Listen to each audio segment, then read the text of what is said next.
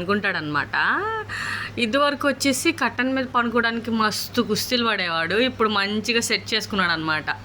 మంచిగా హ్యాపీగా కట్టన్ మీద దిండులాగా మంచిగా పనుకోవడం నేర్చేసుకున్నాడు. ఇంకా దాని మీద మార్నింగ్, ఆఫ్టర్నూన్, ఈవినింగ్ 7:30, 8 వరకు ఇక్కడే ఉంటున్నాడు.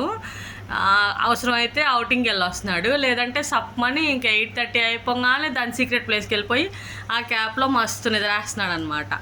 వాడు కూడా అప్డేట్ అయిపోతున్నాడు మంచిగా.